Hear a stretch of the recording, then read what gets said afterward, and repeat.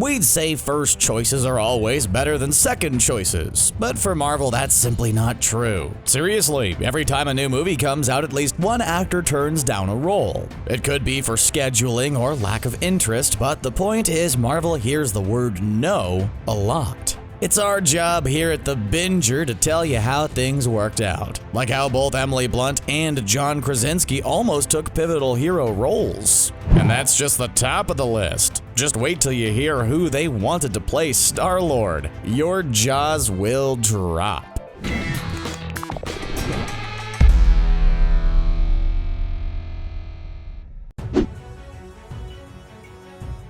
Scarlett Johansson is making Marvel history. She's the first leading woman for a Marvel film. Sadly, it took till 2020 for that to happen.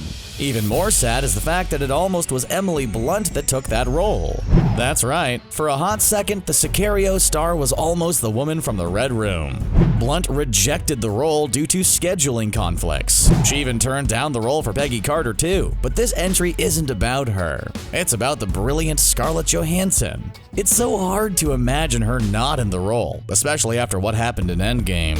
Speaking of, are we allowed to talk about that spoiler now? Oh well, we're going to do it anyways, so cover your ears. The moment when Black Widow edges out Hawkeye to get the Soul Stone is impactful. We can't picture that scene with anyone else playing Black Widow now. Her chemistry with Hawkeye, Iron Man, and Captain America is unmatched. We'd like to see Blunt match it. Well, she probably could, but we still like the decision to go with Johansson. Okay, so remember how we just talked about chemistry and scenes between Black Widow and Captain America? Well, we may have given Blunt too hard of a time there. You know, given the fact her husband, John Krasinski, almost played the first Avenger. So at least Marvel could have had that going for them. Krasinski made it all the way to screen testing with a full suit on. He held the shield in his hand and wore that ugly first film costume. Reports differ on why exactly the role ended up going to Chris Evans, so we won't speculate too much. What is clear is this casting was contentious. Evans wasn't the first choice, but he turned into a great one by the end. Chris Evans was recently coming down the mountaintop from his Human Torch role in Fantastic Four. Yes, that Human Torch. Fans cried out in terror when they heard he was getting the role. Keep in mind, at this point, viewers only saw the worst of Evans as a superhero. We all had no idea what was in front of us. In the early 2000s, no bond completion company in Hollywood would insure Robert Downey Jr. on set. For those unaware, studios need to ensure movies make money. Actors will get insurance so that if they break the contract and can't finish, the insurance company will pay. RDJ was seen as a toxic and unpredictable actor to work with at the time. Nowadays, the man is seen as one of the top grossing actors and a brilliant recovery story. However, if you think for 1 second that Marvel considered him their first choice, you're just flat out wrong. Originally, the studio wanted Tom Cruise to play their billionaire playboy philanthropist. Things didn't work out for that pairing. Iron Man was the first of the Marvel movies in this new age. It's so old that Paramount helped produce it. Disney didn't own everything back then, and Marvel couldn't afford to hire Tom Cruise for his salary. Instead, they went with a cheaper but riskier option. Man, what a great decision that truly turned out to be in the end. Things started out rocky between Elizabeth Olsen and the Marvel fandom. Not everyone was a fan of her faux European accent and super melodramatic character arc in Age of Ultron. Things were only made worse when viewers found out who the team wanted to play Scarlet Witch originally. Turns out Saoirse Ronan was in line to play the character, but the two sides could never commit. With Ronan out and the deadline approaching, the studio went with their second option, a lesser-known Olsen sibling. The move met skepticism and criticism for a while, but things quickly change. Olsen received more and more screen time, and the plan for her character came into view. Suddenly, fans were all for Olsen. Look, we're not here to say Ronan would have been better than Olsen. Fans have given enough opinions on that already. What we can say is she proved to fans and the studio that she was worthy of the casting choice. Now she gets a show on Disney Plus, and Ronan gets to star in Greta Gerwig films. Everyone is truly a winner in this timeline. Honestly, we're pretty sure Loki and Thor say son of Odin more times than we actually see the father of gods on screen. Don't get us wrong, Anthony Hopkins totally does the role justice, but it's true we rarely see him in the movies. Sure, the film isn't called Odin Ragnarok, but Thor's relationship with his father is pretty pivotal. Which brings us to the reason you're all here. Turns out that Mel Gibson was in talks to play the King of Asgard for a time. Thank goodness they went with Hopkins instead. Nothing about Gibson's history in Hollywood suggests he is fit for that character. Hopkins, on the other hand, fits the wise, sage-like Aurora that Odin demands. For the first time on this list, we feel confident in saying Marvel dodged a huge mistake. A lot of times, the second choice feels comparable to the first choice. Here, it's clear that Gibson was never a good idea for Odin. To be fair, we can't name a lot of actors outside Anthony Hopkins who are worthy of the role though, so there's that. Seriously, what did we do to earn the wholesomeness that is Tom Holland as Spider-Man?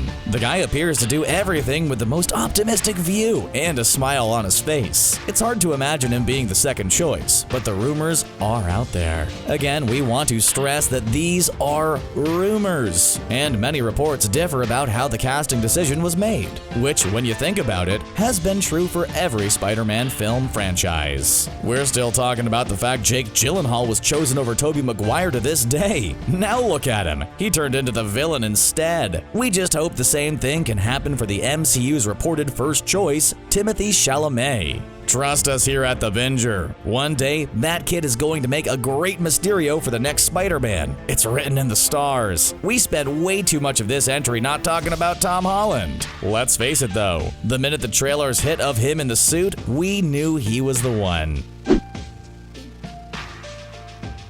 Yikes! It feels like we could have avoided this if the MCU and Joaquin Phoenix ended up working through his schedule. Then again, would that mean Benedict Cumberbatch would be playing the Joker?